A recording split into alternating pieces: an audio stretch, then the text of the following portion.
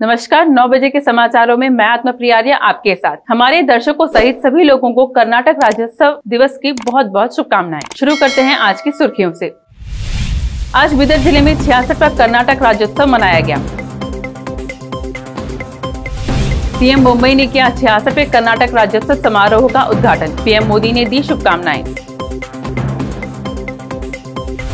रोहन बोपन्ना अभिनेता देवराज 66 प्राप्तकर्ताओं को राज्योत्सव पुरस्कार से सम्मानित किया जाएगा। आतंकी फंडिंग को रोकने FATF का G20 ने किया समर्थन। पाक और तुर्की पर लिया है action. Money laundering case ED के समक्ष पेश हुए अनिल देशमुख। पूछा कहां है परमवीर सिंह। प्रवासी नेताओं ने अमेरिकी सांसद से की मुलाकात। हिंदुओं पर बढ़ रहे अत्याचार पर जताई चिंता।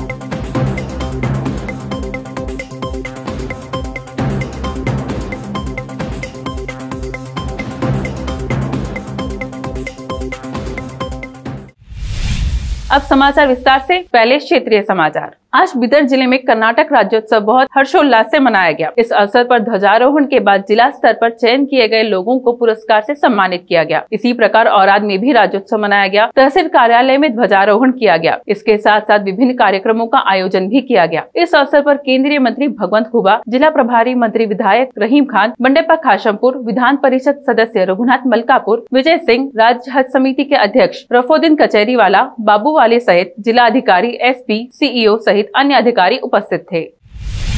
बीदर दक्षिण के कंगनाकोटा गांव में श्री अक्का महादेवी महिला लोक और ग्रामीण विकास संगठन और कन्नड़ और संस्कृति विभाग द्वारा प्रायोजित एक कार्यक्रम अक्का महादेवी की संगोष्ठी के उद्घाटन के अवसर पर बोलते हुए विधायक बंडेप्पा खाशमपुर ने कहा, हमारे लिए 5 छंद पढ़ना पर्याप्त नहीं है। एक दिन वचन साहित्य में इतनी बड़ी शक्ति है, हम उन्हें नहीं पढ़ते हैं। मैं सरकार द्वारा साहित्यिक क्षेत्र को सेवाएं प्रदान करने के लिए काम करता हूँ। गाँव में सांस्कृतिक कार्यक्रम होने चाहिए जिससे उस संस्कृति को बचाया जा सकता है। आज राज्योत्सव के मौके पर समाज सेवी एडवोकेट सरफराज हाशमी को पुरस्कार से सम्मानित किया गया। हाशमी ने इस मौके पर हमारे संवाददाता अमजद पाशा से बात की। 2 साल से ये ऑर्गेनाइजेशन से कर रहे हैं हम लोग। हमारे गाँवों में क्या है, सबसे पहली चीज हम लोग 5-7 साल से जो करते आ रहे हैं, जिसमें pre matric post matric scholarship हो। ऐसे गाँव जहाँ पर जो है वो फॉर्म की जो फीस होती है या वो फॉर्म का जो प्रोसीजर होता है वो भी नहीं मालूम होता, वहाँ पर हम खुद वॉलंटरली बैठकर फॉर्म फिल करके आते थे। और फिर मोरारजी देसाई स्कूल के जो इंट्रेंस एग्जाम होता है उसका प्रिपरेशन कराना और मोरारजी देसाई में बच्चों का एडमिशन कराना, उन तमाम चीज़ों के काम हम लोग शुरू से करते आते। Pre matric post matric scholarship हो या मोरारजी देसाई स्कूल का एडमिशन हो या फिर माइनॉरिटी डिपार्टमेंट में किसी को कुछ दलाना है, वो भी हम लोग करते हैं। अभी आने वाले दिनों में आपकी ऑर्गेनाइजेशन फ्यूचर में सोशल वर्क में क्या क्या करेंगे?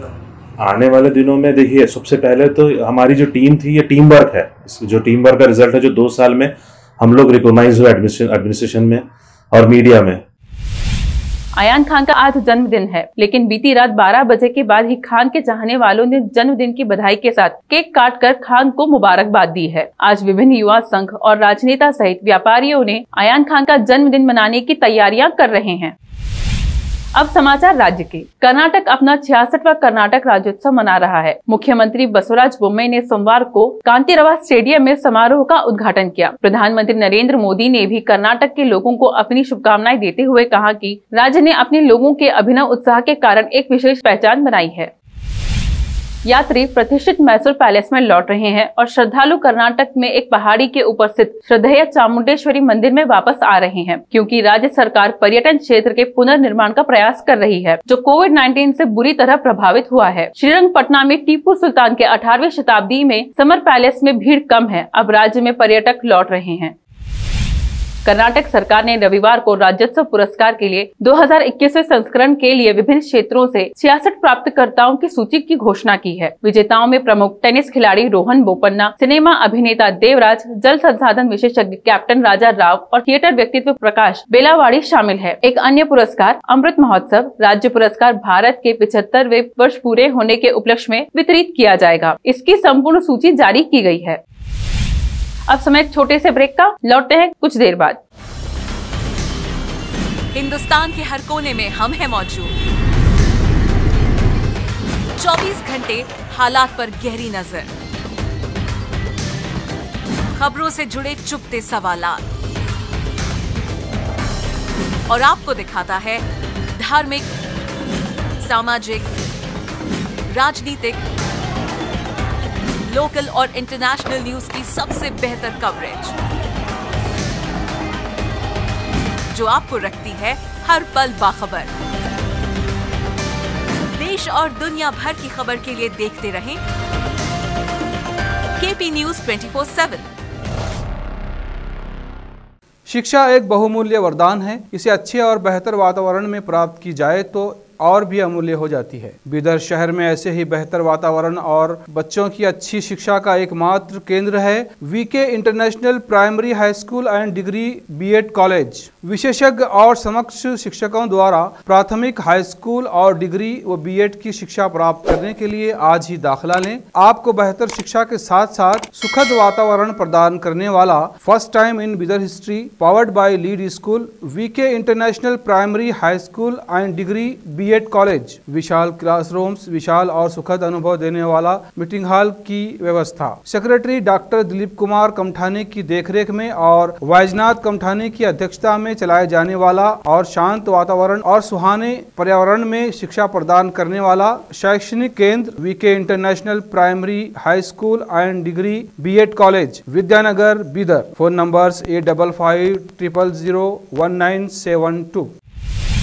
ब्रेक के बाद आपका स्वागत है। आइए देखते हैं अन्य समाचार। प्रधानमंत्री नरेंद्र मोदी सहित G20 नेताओं ने वित्तीय कार्रवाई कार्यबल के लिए अपने पूर्ण समर्थन की पुष्टि की है। उन्होंने माना कि मनी लॉन्ड्रिंग, आतंकवादी फंडिंग और प्रसार से निपटने के लिए किए गए उपायों का प्रभावी कार्यान्वयन वित्तीय बाजारों में विश्वास पैदा करने, एक स्थायी रिकवरी सुनिश्चित करने और अंतर्राष्ट्रीय वित्तीय प्रणाली की अखंडता की रक्षा करने के लिए आवश्यक है। आपको बता दें कि पाकिस्तान की तमाम कोशिशों के बावजूद वह FATF की ग्रे सूची से बाहर नहीं निकल पा रहा है। इस मामले में एक बार फिर उसे वैश्विक संस्था से झटका लगा है। FATF ने पाकिस्तान को अपनी ग्रे सूची में बरकरार रखा है। इतना ही नहीं, इस बार उसके दोस्त तुर्की को भी झटका लगा है। महाराष्ट्र के पूर्व गृह मंत्री अनिल देशमुख अपने खिलाफ मनी लॉन्ड्रिंग और जबरन वसूली मामले में पूछताछ के लिए सोमवार दोपहर मुंबई में प्रवर्तन निदेशालय के कार्यालय पहुंचे। जांच एजेंसी ने देशमुख का बयान धन शोधन निवारण अधिनियम के तहत महाराष्ट्र पुलिस में कथित 100 करोड़ रुपए के रिश्वत सह जबरन वसूली रैकेट में की जा रही आपराधिक जाँच के संबंध में दर्ज करेगी।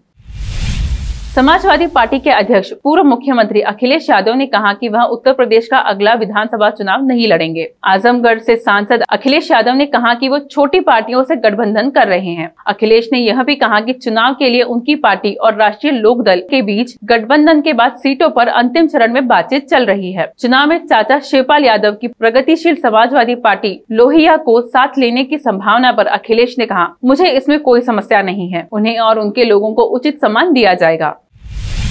एक विशेष अदालत ने पिछले हफ्ते ड्रग ऑन क्रूज मामले में अजित कुमार को जमानत देते हुए कहा कि केवल व्हाट्सएप चैट के आधार पर यह नहीं पाया जा सकता कि उसने बॉलीवुड सुपरस्टार शाहरुख खान के बेटे आर्यन खान और अरबाज मर्चेंट को ड्रग्स की आपूर्ति की थी। अदालत ने अपने विस्तृत आदेश में नारकोटिक्स कंट्रोल ब्यूरो के पंचनामा रिकॉर्ड की सत्यता पर भी सवाल उठाया, जिसमें कहा गया था कि वे मनगढ़ंत थे और संदिग्ध लग रहे थे।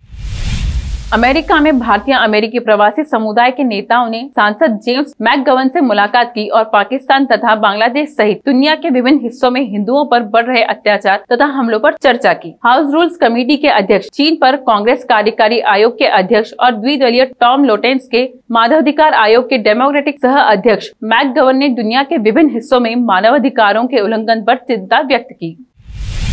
समाचार फिल्मों के विवाद के बाद सब्यसाची ने मंगलसूत्र का विज्ञापन लिया वापस। मध्य प्रदेश के गृह मंत्री ने दिया था अल्टीमेटम। खेल जगत के समाचार। T20 वर्ल्ड कप मझधार में टीम इंडिया। भारत की करारी हार पर मोहम्मद अजरुद्दीन ने कहा, केवल कप्तान ही नहीं पूरी टीम और कोच भी फेल। अंत में देखते हैं समाचार बाजार के। सरकार ने सोमवार को अक्टूबर के GST कलेक्शन के आंकड़े जारी किए हैं। GST सिस्टम लागू होने के बाद दूसरी बार इतना टैक्स कलेक्ट हुआ है। फिर से एक नजर सुर्खियों पर। आज बीदर जिले में 66वां कर्नाटक राज्योत्सव मनाया गया। सीएम मुंबई ने किया 66वें कर्नाटक राज्योत्सव समारोह का उद्घाटन। पीएम मोदी ने दी शुभकामनाएं।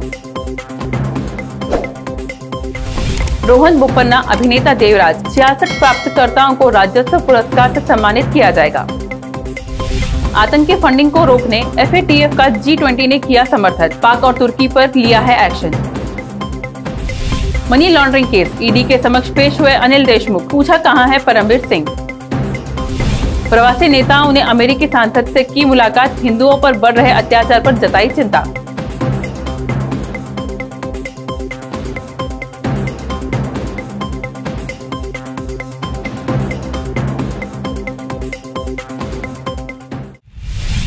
केपी न्यूज में आज इतना ही। समाचारों के लिए जुड़े रहिए केपी न्यूज 24/7 से। धन्यवाद।